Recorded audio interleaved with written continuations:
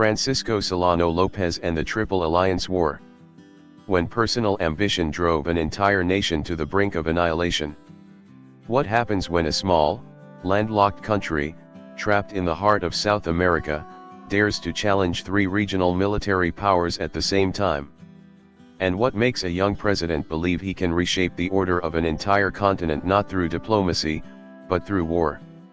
This story begins in Paraguay, in the mid-19th century. A country rarely mentioned in world history, yet the site of the bloodiest war in Latin American history.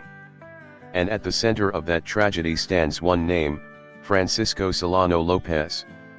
Francisco Solano López did not come to power through tanks, nor through a coup.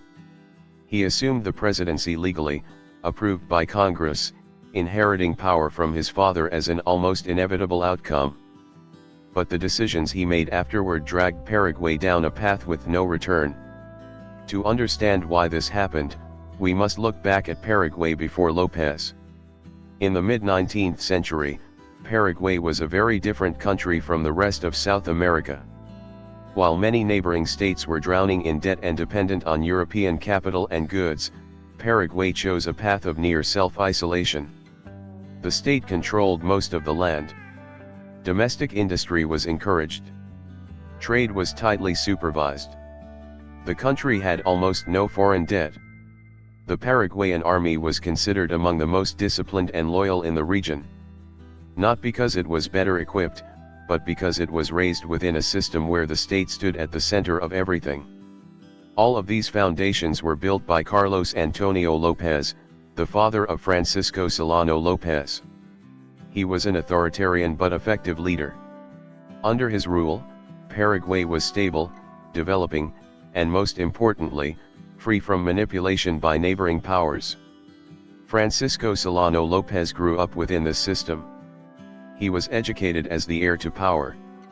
He traveled to Europe and witnessed the power of empires firsthand, especially France under Napoleon III. These images left a deep impression. When Carlos Antonio López died in 1862, Francisco Solano López took power. There was no coup. No struggle for succession. But also no counterbalance. Power was concentrated entirely in the hands of one man. And Francisco Solano López believed he was not merely the president of Paraguay, but the guardian of the balance of power in the entire Rio de la Plata region. In López's eyes, Brazil and Argentina were not just neighbors. They were existential threats. Larger populations. Greater resources. And most importantly, ambitions of expansion. When Brazil intervened militarily in Uruguay's civil war in 1864, López did not see it as a regional event, but as a sign that the balance of power was shifting against Paraguay. He believed that if he did not act immediately, Paraguay would soon be isolated and then swallowed. And he chose war.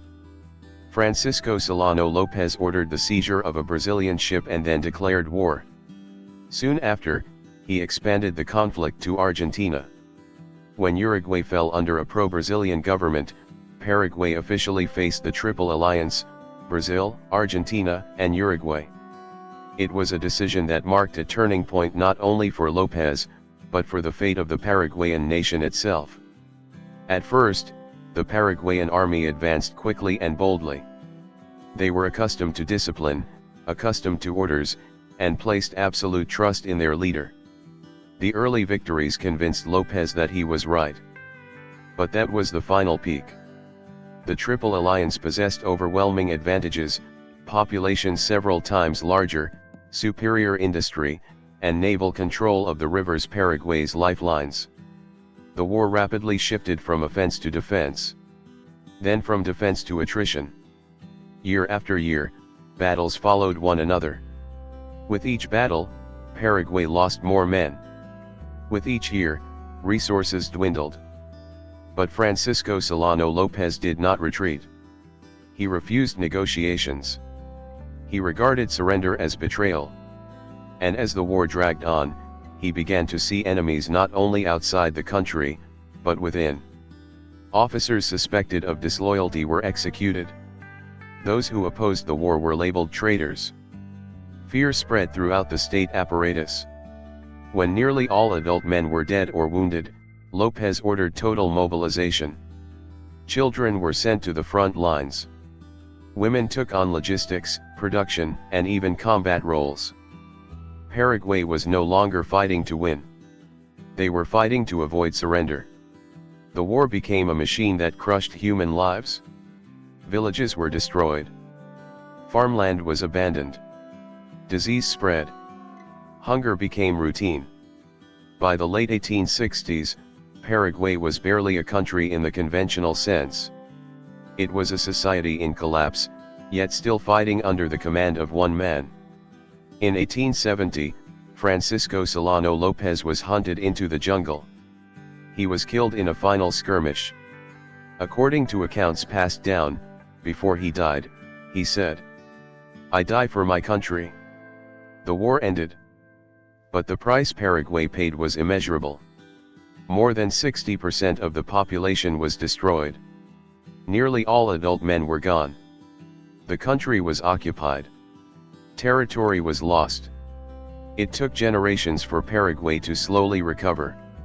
And the legacy of Francisco Solano López remains deeply contested to this day. To some, he is a symbol of resistance against foreign powers. A man who dared to stand against regional giants. To others, he was a delusional dictator who placed his ego and personal ambition above the survival of his people. Historical truth lies somewhere between those two extremes. Francisco Solano López did not seize power through a coup. But he monopolized power. And when no one remained who could stop him, an entire nation paid the price for decisions that could no longer be undone. The history of Paraguay in the Triple Alliance War is a cold reminder that sometimes, the greatest disaster facing a nation does not come from external enemies, but from absolute faith placed in a single individual.